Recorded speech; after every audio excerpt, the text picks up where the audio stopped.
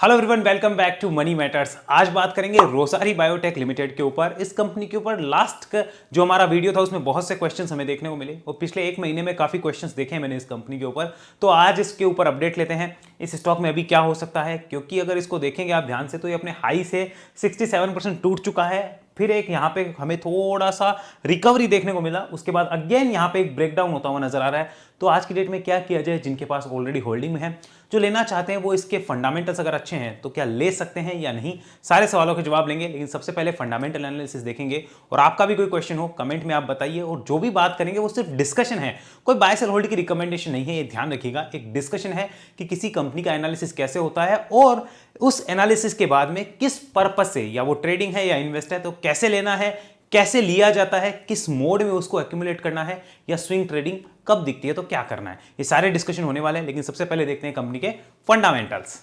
तो अब हमारी स्क्रीन पे चल रहे हैं रोसारी बायोटेक के फंडामेंटल्स। कंपनी करती क्या है, कंपनी स्पेशलिटी केमिकल बनाती है और स्पेशली टेक्सटाइल से रिलेटेड स्पेशलिटी केमिकल्स बनाती है, या फिर ये जो कैटेगरी में काम करती है उसमें आप समझिए 3 मेन प्रोडक्ट जो है वो इस कैटेगरी में आते हैं, जिसके अंदर आ जाता है होम एंड पर्सनल केयर से रिलेटेड केमिकल्स और performance chemicals. Textile speciality chemicals ये कंपनी बनाती है। एनिमल हेल्थ एंड न्यूट्रिशन यानी फार्मा से भी रिलेटेड कुछ केमिकल्स जो है वो कंपनी बनाकर देती है। अगर आप इसको देखना चाहें तो ऐसे समझ सकते हैं कि होम एंड पर्सनल केयर जो होता है उसके अंदर इसके केमिकल्स यूज होते हैं। टेक्सटाइल स्पेशलिटी केमिकल्स जो वो कंपनी बनाएगी और साथ में एनिमल हेल्थ से रिलेटेड केमिकल्स जो बनाती है। इसकी वेबसाइट पे डाटा है। आगे चलते हैं, इसके फंडामेंटल को थोड़ा देखते हैं। यहां पे समझिए कंपनी का मार्केट कैप कितना है, लगभग 4000 करोड़ की मार्केट कैप है, 760 रुपए के आसपास प्राइस चल रहा है, बुक वैल्यू 177, स्टॉक का पी अभी 36 का है, जो कि अपने इंडस्ट्री के पी के लगभग थोड़ा ऊपर जो है वो चलता हुआ नजर आ रहा है। बहुत ज्यादा ऊपर नहीं है, थोड़ा बहुत ऊपर है। आरओसी इसकी अच्छी कही जाएगी, आरओई बढ़िया कही जाएगी, दोनों अच्छे हैं, नॉर्मल है। ये अगर यहां पे 15% से ज्यादा होती तो मुझे खुशी और ज्यादा होती, लेकिन उतनी नहीं मिली। प्रमोटर की होल्डिंग अच्छी मानी जाएगी, लगभग 70% प्रमोटर्स के पास है, तो अच्छा कहा जाएगा। डेट फ्री कंपनी है, वेरी नाइस। ईपीएस यहां पे कम है, बहुत ज्यादा नहीं कह सकता लेकिन कम है ईपीएस। यहां पर ईपीएस ठीक ठाक की कैटेगरी में आ सकता है, लेकिन बहुत अच्छे में नहीं आ सकता है। अनप्लेस्ड है पूरी की पूरी होल्डिंग, अच्छी बात है। प्रॉफिट की ग्रोथ कंपनी की अच्छी रही, जो कि एक अच्छा साइन है। फ्री कैश फ्लो कंपनी का अच्छा है, market cap to sales normal है, तो ये ठीक ठाक डाटा हमारे पास यहाँ पे अवेलेबल है। अगर इसमें आप एक चीज और देखना चाहें तो यहाँ पे ध्यान से देखिए कि ये जो पी है वो 36 के आसपास की है, क्या ये यही थी या इससे ऊपर थी। आइए आपको दिखाते हैं। यहाँ पे ये देखिए इसका पी चार्ट है, यहां पर आप ध्यान से देखिए ये जो पी है एक टाइम पे 90 पे थी, ये 90 की पी थी, जो कि अब एडजस्ट होकर लगभग 30-32 के आसपास आ चुकी है। इसकी लिस्टिंग के बाद में 90 तक का पी चला गया था, यानी वैल्यूएशन इतने ऊपर मिल चुके थे, तो अब वो वैल्यूएशन जो है वो एडजस्ट हो रहे हैं। और अगर एवरेज पी अगर आप देखेंगे तो मीडियन पी 53 का है, उसके नीचे भी फिलहाल ट्रेड कर रही है, और ये पिछले 3-4 सालों का मीडियन पी है। ये क्वार्टरली रिजल्ट है इस कंपनी के, यहां पर हमें देखना बहुत जरूरी है। पिछले क्वार्टर के रिजल्ट यानी सितंबर के रिजल्ट आ चुके हैं। 483 करोड़ की हाईएस्ट एवर सेल्स जो है वो कंपनी ने पोस्ट करी है, ये सबसे अच्छी सेल्स आज तक की क्वार्टरली है, और साथ में प्रॉफिट भी आज तक का सबसे अच्छा क्वार्टरली प्रॉफिट इस कंपनी ने पोस्ट किया है। मार्जिन से 13-14% रखती है, वो उतने ही रखे हैं। देखिए ध्यान से आप देखेंगे 13-14% के मार्जिन है पिछले कई क्वार्टर से, उससे पहले 18-16% के भी मार्जिन थे, बट वो कम होकर आज 13 से 14 है। उसमें 33 करोड़ का कंपनी प्रॉफिट पोस्ट कर रही है। ये हाईएस्ट एवर सेल्स है, जो कि अच्छा साइन है। बट अगर आप ध्यान से देखें तो लास्ट ईयर सितंबर के अंदर 425 करोड़ की सेल्स थी, और उससे पहले वाले सितंबर में 385 की, और उससे पहले वाले में वो तो कोविड का था तो एक कंसिडर नहीं होगा। बट यहां पर ईयर ऑन ईयर भी ग्रोथ है, क्वार्टर ऑन क्वार्टर भी अच्छी ग्रोथ हमें देखने को मिली है। ये बहुत अच्छी ग्रोथ नहीं कह सकते, लेकिन अच्छी ग्रोथ मानी जाएगी और ये हमें मानना होगा। तो यहां पे फंडामेंटली तो रिजल्ट में कोई दिक्कत नहीं दिखती है। अगर प्रॉफिट एंड लॉस ईयरली की बात करें तो ये बहुत इंपॉर्टेंट होगा देखना कि मार्च 21 में 709 करोड़ का सेल्स करने वाली कंपनी प्रॉफिट कर रही थी 80 करोड़ का, और आज की डेट में वो मार्च 23 तक का डाटा लेते हैं पहले, उससे डबल सेल्स कर चुकी है, और प्रॉफिट उसने डबल नहीं दिए हैं। ये इश्यू है, क्योंकि मार्जिन 17% की जगह सिर्फ 13% रहे थे। और ट्रेलिंग 12 मंथ के हिसाब से देखो तो सेल्स फिर भी अच्छी कही जाएगी, सेल्स में दिक्कत नहीं मानी जा सकती, लेकिन प्रॉफिट्स देखिए ये यहां से भी डबल अभी तक नहीं हो पा रहे हैं। प्रॉफिट्स 80 करोड़ के 160 होते तो भी बहुत अच्छा होता, यानी सेल्स में ग्रोथ है, बट मार्जिन्स के अंदर इश्यू है। ये मार्जिन्स यहां बढ़ेंगे तब कंपनी के प्रॉफिट्स बढ़ेंगे। लेकिन हाँ, ये मानना होगा जो कंपनी सेल्स मेंटेन कर सकती है मार्जिन तो वो मेंटेन कर लेगी, लेकिन जो कंपनी सेल्स मेंटेन नहीं कर पा रही है वो मार्जिन भी मेंटेन नहीं कर सकती, क्योंकि टॉप लाइन में सबसे पहले सेल्स होगा, मार्जिन सेकंड नंबर पे होंगे। तो जिसकी सेल्स अच्छी है मार्जिन तो वो अच्छे कर सकती है, लेकिन जिसके मार्जिन ही खराब है या जिसकी सेल्स ही खराब है वो मार्जिन अच्छे नहीं कर पाएगी, ये हमें ध्यान रखना होगा। तो सेल्स अच्छी है ये मानना होगा। आइए और डाटा इसका देखते हैं आगे। फंडामेंटली अभी तक ठीक कही जाएगी। ये देखिए यहां पर सेल्स देखिए 5 साल की, 3 साल की और ट्रेलिंग 12 मंथ की सेल्स इसकी ठीक ठाक है, अच्छी ग्रोथ है over a period of time.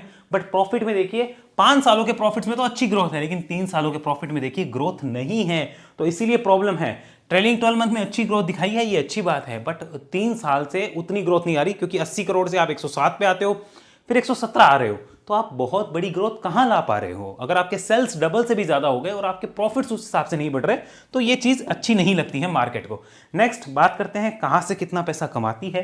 तो होम एंड पर्सनल केयर जो है और परफॉर्मेंस केमिकल है, वहीं से 76% की रिवेन्यू कंपनी लेकर आती है। टेक्सटाइल से 20% की रिवेन्यू कंपनी लाती है और लगभग 5% की revenue animal health and nutrition से कंपनी लेकर आती है। इसके अलावा ये लाती कहां से है पैसा? इंडिया से, आउट ऑफ इंडिया से। तो देखिए इंटरनेशनल 23% बिजनेस है और ज्यादातर बिजनेस डोमेस्टिक है, यानी इंडिया का ही माना जाएगा। शेयर होल्डिंग को समझ लीजिए, बहुत इंपॉर्टेंट चीज है, शेयर होल्डिंग समझना भी हमें होगा। प्रमोटर्स अच्छा माल रखते हैं, म्यूचुअल फंड के पास भी अच्छा माल है, एफआईआईज के पास भी अच्छा माल है, पब्लिक के पास है क्या? सिर्फ 8% की होल्डिंग है। आइए इसको लंबे चीज पे देखते हैं, पूरी डिटेल एनालिसिस। ये देखिए पब्लिक के पास कितना है? 8% की होल्डिंग है, सिर्फ 8% की होल्डिंग है। और यहां पर प्रमोटर्स के पास अच्छी है, बट ये डिक्रीज हुई है, यहां पर हमें ये भी नोट डाउन करना होगा। प्रमोटर्स ने माल बेचा है जो नेगेटिव साइन माना जाएगा किसी भी कंपनी के लिए। अब वो क्यों बेचा है देखिए, उसके पर्पस अलग हो सकते हैं, तो इन्हीं चीजों को हम चार्ट पे भी वेरीफाई करते हैं कि क्या सही है क्या गलत है। और एफआईआईज ने भी यहां पे देखिए थोड़ा बहुत माल जो है पिछले क्वार्टर से अभी तक थोड़ा बहुत माल बेचा है। अगेन डीआईआईज को यहां पे देखिए, इन्होंने भी माल बेचा है, कुछ ना कुछ पॉइंट में बेचो चाहे फ्रैक्शंस में, इन्होंने माल यहां पे बेचे हैं। और खरीदा किसने है? पब्लिक ने खरीदा है, 7.73 से 8.23 किया। बट यहां पर हमें यह समझना होगा कि इन 3 लोगों ने पिछले क्वार्टर से अभी तक माइनस किया है, यानी माल बेचा है, जो हमें देखना होगा। अब इन चीजों को हम चार्ट पे भी वेरीफाई करके समझेंगे कि एक्चुअली रियलिटी है क्या। तो चलिए अब करते हैं चार्ट पे चर्चा, क्योंकि क्लियर पिक्चर हमें वही निकल के आएगी। लेट्स डू चार्ट पे चर्चा। तो अब स्क्रीन पे चल रहा है रोजारी बायोटेक का वीकली चार्ट। वीकली चार्ट पे ध्यान से समझिए कि अभी फिलहाल ट्रेंड क्या है, समझना होगा हमें। पहले देख लीजिए, एक अप ट्रेंड में था शेयर, यहां से क्लियर अप ट्रेंड था, यहां ब्रेकडाउन होकर वो क्लियर हुआ कि डाउन ट्रेंड में है शेयर। यहां आया, एक बेस बनाने की कोशिश करी, बट उसका ब्रेकआउट होने की बजाय क्या हुआ? ब्रेकडाउन हुआ और शेयर और नीचे चला गया। वहां से एक रिकवरी हमें देखने को मिली। अगेन यहां पे एक बेस बना, यानी यहां पे कंसोलिडेशन हो रहा था, लेकिन उसका ब्रेकडाउन आया है जो नेगेटिव है, और इन नेगेटिव चीजों को हम अवॉइड नहीं कर सकते। अब ये क्यों हुआ है ऐसा? वो इजराइल वाले युद्ध की वजह से नहीं होगा, वो किसी और रीजन की वजह से नहीं, बल्कि सिंपल एक रीजन होगा कि इसकी प्रॉफिटेबिलिटी इफेक्ट हो रही है। अब उस प्रॉफिटेबिलिटी के इफेक्ट होने के बहुत से कारण हो सकते हैं, जो आपको और मुझे नहीं पता, लेकिन जो यहां माल बेच रहा है या खरीद रहा है उसको पता होते हैं। तो हमें किसके साथ चलना है? इसके साथ चलना है। हमें क्या पता भाई किस रीजन की वजह से वो होगा, क्योंकि जब तक हमें वो पता चलेगा तब तक जो शेयर का प्राइस बढ़ चुका या घट चुका होता है, तो इसलिए इनको फॉलो करना है। फिलहाल वीकली चार्ट का ट्रेंड क्या हो गया, हमें ये पता चल गया, दैट इज नेगेटिव। ये ट्रेंड क्या है? नेगेटिव ट्रेंड है, हमें मानना होगा। आइए आगे चलते हैं, इसको मंथली चार्ट कन्वर्ट करके देखते हैं। मंथली चार्ट के ट्रेंड को भी हमें समझना होगा, और क्लियर पिक्चर देखिए हमें वही मिल जाती है जब हम किसी ट्रेंड को एनालाइज करना सीखते हैं। तो यहाँ पे देखिए, फिलहाल देखिए मंथली चार्ट क्या बोल रहा है और पीछे क्या था। चलिए इस डाटा को मिटाते हैं यहाँ से, ये देखिए, और देखिए अब इसका weekly chart, sorry monthly chart देखिए। पहले मंथली चार्ट कैसे जा रहा था? ऊपर गया, कंसोलिडेशन किया, ब्रेकआउट, ऊपर, अगेन कंसोलिडेशन, ब्रेकआउट, यहां पर फिर से कंसोलिडेशन, ब्रेकआउट, यहां पर कंसोलिडेशन एंड ब्रेकडाउन। यहीं से सेलिंग चालू हुई, फिर देखो सेलिंग रही, कंसोलिडेशन, सेलिंग, अगेन ऊपर आया, कंसोलिडेशन, अगेन सेलिंग। तो यहां पर मंथली चार्ट भी क्या बोल रहा है? That is negative. यहां पे मंथली चार्ट भी क्या है? नेगेटिव है। अब इसका मतलब ये है क्या कि रोजारी बायोटेक कंपनी खराब है? नहीं, लेकिन फिलहाल शॉर्ट टर्म मोमेंटम खराब है। अब ये कब ठीक होगा? वो चार्ट ठीक होंगे तब होगा। इसका मतलब ये नहीं होता है कंपनी खराब है। हाँ, किसी ने ऊपर से लेके बैठा है उसके लिए तो कंपनी खराब ही होगी, ये ध्यान रखना। अब कंपनी खराब नहीं होती, कंपनी बहुत अच्छी नहीं होती, उसका बिजनेस, उसका वैल्यूएशन वो देखा जाता है। तो यहाँ पे अभी फिलहाल नेगेटिव है, ये हमें मानना होगा। आइए कन्वर्ट करते हैं डेली चार्ट पे, वहां भी देखते हैं पिक्चर क्या है, फिर बात करेंगे करना क्या चाहिए। आइए यहाँ पे, ये डेली चार्ट हमारे सामने आया। वाओ, यहाँ पे देखो कितनी बढ़िया इंडिकेशन हमें दे रहा है डेली चार्ट। यहाँ पे फॉर्मेशंस भी है, प्लस ये हमारा ईएमए का एक्सपोनेंशियल मूविंग एवरेज का कंफर्मेशन जो है वो भी मुझे मिलता हुआ नजर आ रहा है। आइए चलिए, ये पूरा चार्ट हमारे सामने ओपन हो रहा है। यहाँ पर इसको ध्यान से देखिए आप, स्टॉक के लिए ये ब्लू लाइन जो है वो है अभी 200 दिन की मूविंग एवरेज। तो 200 दिन की जो एवरेज है हमारे पास में, उसके नीचे स्टॉक आ रहा है, ये क्लियर इंडिकेशन है नेगेटिव होने का। प्लस यहाँ पे देखिए टॉप जो है वो सिमिलर लगा है 900 पे, यहाँ पे डबल ट्रिपल टॉप लगे हैं और यही लेवल 900 वाला ही पीछे देखो यहाँ पे बहुत बढ़िया सपोर्ट बन के काम कर रहा था। यहाँ सपोर्ट था, यहाँ सपोर्ट था और यहाँ यही लेवल क्या बन गया, रेजिस्टेंस बन गया। बेसिक प्राइस एक्शन की भी अगर आपको समझ है तो भी आप मार्केट में नुकसान से बच जाएंगे। पैसे कितने कमाएंगे वो सब अपने तकदीर के ऊपर है, अपनी नॉलेज के ऊपर है, अपने एग्जीक्यूशन के ऊपर है, लेकिन नुकसान से आप बच सकते हैं, ये ध्यान रखिए। तो 900 के ऊपर आता है तो डेली चार्ट बोल रहा है कि मैं बुलिश हूं, लेकिन तब तक ये क्या है, अभी रिसेंट में इस 800 को काट के क्या हुआ है, नेगेटिव हुआ है। यहां पे देखा जाएगा तो देखिए आप ध्यान से, डबल टॉप टाइप फॉर्मेशन भी है, इसको काट रहा है और नीचे जा सकता है। चांसेस हो सकता है कि 700 चला जाए या 600 जाएगा या 500 जाएगा या 400 जाएगा, किसी को नहीं पता। फिलहाल इतना पता है कि रोजारी बायोटेक बुलिश होगा 900 के ऊपर, ₹900 अबव बुलिश, यानी बुलिश कब है, अबव बुलिश 900 के ऊपर ही बुलिश है, तब तक बुलिश नहीं है। अब कोई कहेगा रोजारी बायोटेक बेकार कंपनी है क्या, हमें नहीं पता। रोजारी बायोटेक अच्छी कंपनी है क्या, हमें नहीं पता। रोजारी बायोटेक कब चलेगा, 900 के ऊपर चलेगा, ये पता है। मेन बात यह है कि लेना कब है, बेचना कब है। ये सारी अच्छी बुरी कंपनियों को कुछ नहीं बंटना है, यहां पर लेना कब है ये पता चल रहा है कि अच्छा कब हो जाएगा शेयर 900 के ऊपर। तब तक क्या है, पूरा ट्रेंड नेगेटिव है, वीकली चार्ट पे, डेली चार्ट, मंथली चार्ट। बीच में इसने यहां पे भी अटेम्प्ट किया था ऊपर आने का, बट सस्टेन नहीं किया। और यहां पर देखिए राइट नाउ क्या हुआ है, यहां अटेम्प्ट हुआ, सस्टेन का नहीं हुआ, यहां सस्टेन किया इतने टाइम, तो जिसने ले रखा होगा ना उसके लिए भी यहां पर अभी एग्जिट बन चुका होगा। जिसने पहले से यहां पे ले रखा होगा या यहां ले रखा है, यहां ले रखा है, वो स्मार्ट प्लेयर्स भी इसके नीचे निकल चुके होंगे। तो हमें यह भी ध्यान रखना होगा कि यहां पे तो माल बिक रहा है, अभी लिया नहीं जा रहा है, तो ये हमें समझना है। आइए चलते हैं वापस वीकली चार्ट पे। यहां पर वीकली चार्ट को अगेन देखेंगे तो और पिक्चर क्लियर होगी और बात करते हैं करना क्या है। देखो ये सारी बातें तो कर ली, लेकिन करना क्या है, मेन तो चीज वही है। तो अब बात करते हैं, अगर आप ऑलरेडी इन्वेस्टेड हो, देखो मैं यहां पे लिख देता हूं, आप ऑलरेडी इन्वेस्टेड हैं तो क्या कर सकते हैं, ऑलरेडी इन्वेस्टेड, मैं यहां पे इन्वेस्ट लिखता हूं। चलिए इन्वेस्टेड है ऊपर से, कहीं से भी ऊपर से, मतलब 900 के ऊपर से अगर आप इन्वेस्टेड हैं तो अभी क्या कर सकते हैं। तो देखो सिंपल सी बात है, फंडामेंटल कैसे हैं कंपनी के, यहां पे मैं बात करता हूं फंडा तो अच्छा है, कोई खराब नहीं है। बात करते हैं टेक्निकल की, तो टेक्निकल कैसे हैं, not good not good not good, negative, मैं यहां लिख देता हूं नेगेटिव। तो राइट नाउ अब आपने फंडामेंटल के हिसाब से अगर लॉन्ग टर्म के लिए ले रखा है और बहुत ऊपर का अगर आपका प्राइस है, तो यहां बेचने में कोई समझदारी है क्या, मेरे हिसाब से वो बेचने में कोई समझदारी नहीं होती अगर बहुत ऊपर से आपका ले रखा है, क्योंकि आपको इसे स्विच भी तो करना होगा दूसरी जगह, वो कहां मिलेगी आपको, और अगर वो भी उतना ही टाइम ले और ये भी उतना ही टाइम ले चलने में, तो फिर स्विच करने का फायदा क्या हुआ, ये भी सोच के देखो। तो यहां पे नो सेंस ऑफ सेलिंग है। एक चीज हो सकती है कि अभी स्टॉक एक बार नीचे आए, इसको आने दिया जाए और फिर यहां पर बाय ऑन डिप ही स्ट्रेटेजी आपको करनी पड़ेगी या फिर एसआईपी करनी पड़ेगी। इससे बेटर कोई ऑप्शन हो ही नहीं सकता, वो भी काफी नीचे आने पे। और अगर आपके पास पैसा है एक्स्ट्रा तो ही, क्योंकि आप पहले ही ऊपर लगा के गलती कर चुके हो, बिना स्टॉप लॉस के रख के गलती हो चुकी है। देखो 1 आध 2 5 स्टॉक होते हैं ना जिनमें बिना स्टॉप लॉस आपने रख लिया, आपसे मैनेज हो सकते हैं, छोटा अमाउंट है कोई प्रॉब्लम नहीं होती। बड़ा अमाउंट अगर ऊपर लग चुका है और वो एक साइजेबल अमाउंट है, फिर आपसे गलती हो चुकी, फिर आप कुछ नहीं कर सकते, फिर आप फंस चुके हो और यहाँ पे हर गलती की सजा है। वो फिर आपको फाइनेंशियली उस गलती का जो हमारा कहते हैं ना सजा, वो काटनी पड़ेगी। आपको इंटरेस्ट का नुकसान होगा, प्रॉफिट का नुकसान होगा और नुकसान होगा वो अलग से नुकसान होगा। तो सारी चीज होती है यहाँ पे, तो उनके लिए तो कोई सॉल्यूशन नहीं है। बाय ऑन डिप एसआईपी करो, अभी नीचे आने दो, अभी कुछ नहीं पता क्या होगा क्या नहीं।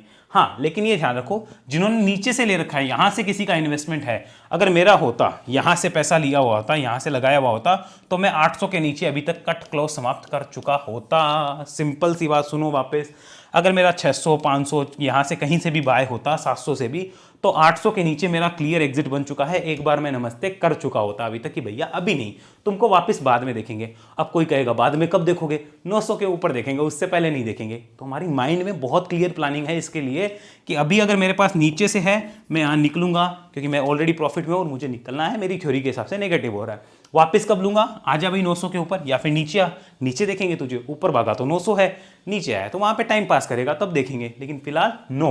तो जिनके पास ऑलरेडी इन्वेस्टेड है ऊपर से और नीचे से, दोनों का बता दिया क्या संभावनाएं होनी चाहिए। अब यहां पर आएंगे हमारे फ्रेश इन्वेस्टमेंट वाले, फ्रेश इन्वेस्टमेंट कर दे क्या, तो देखो सबसे पहले तो फ्रेश इन्वेस्टमेंट वही करे जिनके अंदर 2 से 5 साल का पेशेंस हो। अगर वो नहीं है और प्लस प्राइस वाइज करेक्शन नहीं देख सकते, प्राइस करेक्शन यहां से भी अच्छा करेक्शन अगर नहीं देख सकते तो आप इन्वेस्ट मत करिए, कोई मतलब नहीं रहेगा। हाँ, यहां पर आपको इन्वेस्ट करना चाहिए क्या, पहले मैं बताता हूं मेरा। मैं यहाँ पे हूं तो मैं फ्रेश इन्वेस्टमेंट अभी ना करूं, मैं वेट करूं। मैं तो नहीं करता, मैं वेट करता। लेकिन फिर भी किसी को फंडामेंटली कंपनी पे भरोसा अच्छा हो, सब हो, एक्स्ट्रा फंड हो, तो वेट करना चाहिए नीचे के लेवल्स आने का, तब उसे लगाना चाहिए। एट दिस पॉइंट क्लियर नो बनता है मेरी तरफ से। तो अगर कहेंगे ऊपर भाग गया, तो पहली बात तो खाली ये कंपनी लिस्टेड नहीं है, बहुत अच्छी अपॉर्चुनिटीज भी है जो मैं शेयर करता रहता हूं। अगर ऊपर भाग गया तो काट के आएगा, तो 900 को ऊपर काट के ही तो ऊपर जाएगा। ऐसा तो नहीं शेयर 5000 चला जाएगा और 900 काटे भी ना जाएगा। 900 काटेगा तब देख लेंगे, पॉजिटिव होने दो कुछ। क्योंकि आपसे और मेरे से स्मार्ट प्लेयर जो है ना, वही बेचते हैं तब ये एक्शन होते हैं। आपके और मेरे बेचने से प्राइस एक्शन नहीं बनते हैं, उनके बेचने से बनते हैं या उनके खरीदने से बनते हैं। तो हमें उनको फॉलो करना है, मैं तो उनको ही फॉलो करता हूं। आप समझ सकते हैं आपको क्या करना है, अपने फाइनेंशियल एडवाइजर के साथ कंसल्ट जरूर करिएगा। बट फ्रेश इन्वेस्ट वालों के लिए भी मेरी तरफ से तो नो है, मैं तो क्लियर नो हूं, मेरा कोई इंटरेस्ट फिलहाल नहीं है। हाँ, कंपनी अच्छी है, डिप पे मिलती है तो सोचेंगे, लेकिन फिलहाल एक बार wait and watch mode on है हमारा।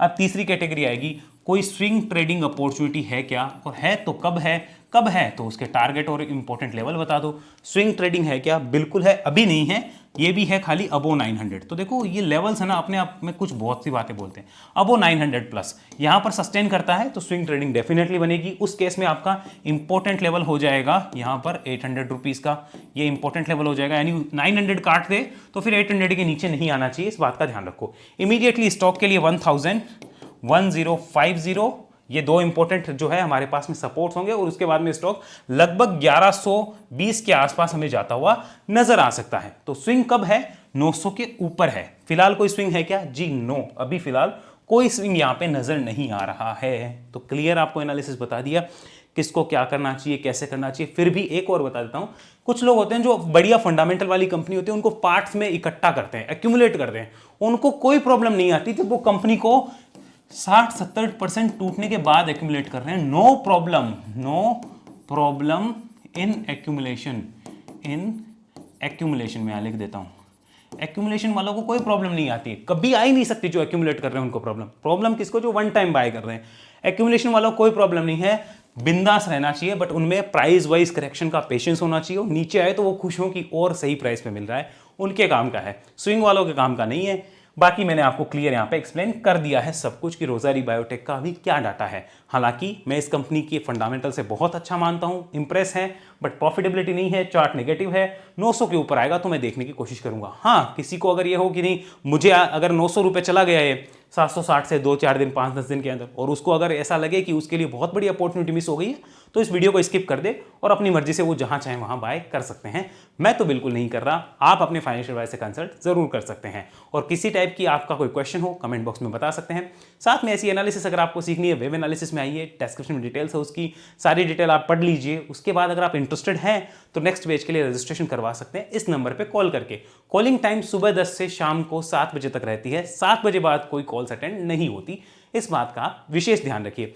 किसी भी टाइप से आपको अगर कोई क्वेश्चन पूछना हो वेब एनालिसिस का, तो पहले डिस्क्रिप्शन पढ़ के फिर ही इसी नंबर पे आप कॉल करिएगा, ताकि आपको सारा आइडिया लग जाए कि हम कैसे करवाते हैं, क्या होता है। फिर भी आपका क्वेश्चन हो तो कॉल जरूर आप कर सकते हैं। व्हाट्सएप ग्रुप की मेंबरशिप के लिए आपको ज़ेरोधा एंजल ऐप स्टॉक्स में अकाउंट खुलाना है और लाइफ टाइम हमारे ग्रुप का पार्ट आप बन जाएंगे। अकाउंट फ्रेश होना चाहिए, लिंक आपको डिस्क्रिप्शन में मिल जाएगा। और फिर से याद दिला दूं, वेब एनालिसिस की जानकारी के लिए इस नंबर पे आप कॉल करिए। 1-to-1 है, एक टाइम पे मैं एक इंसान को सिखाता हूं, लगभग 1.5-2 महीने आपकी क्लासेस चलती हैं, फिर आप हमारे लाइफ टाइम ट्रेनिंग्स ग्रुप का पार्ट बन के रहते हैं। मिलेंगे अगले वीडियो में, तब तक के लिए आपका बहुत बहुत धन्यवाद। जय हिंद, जय भारत।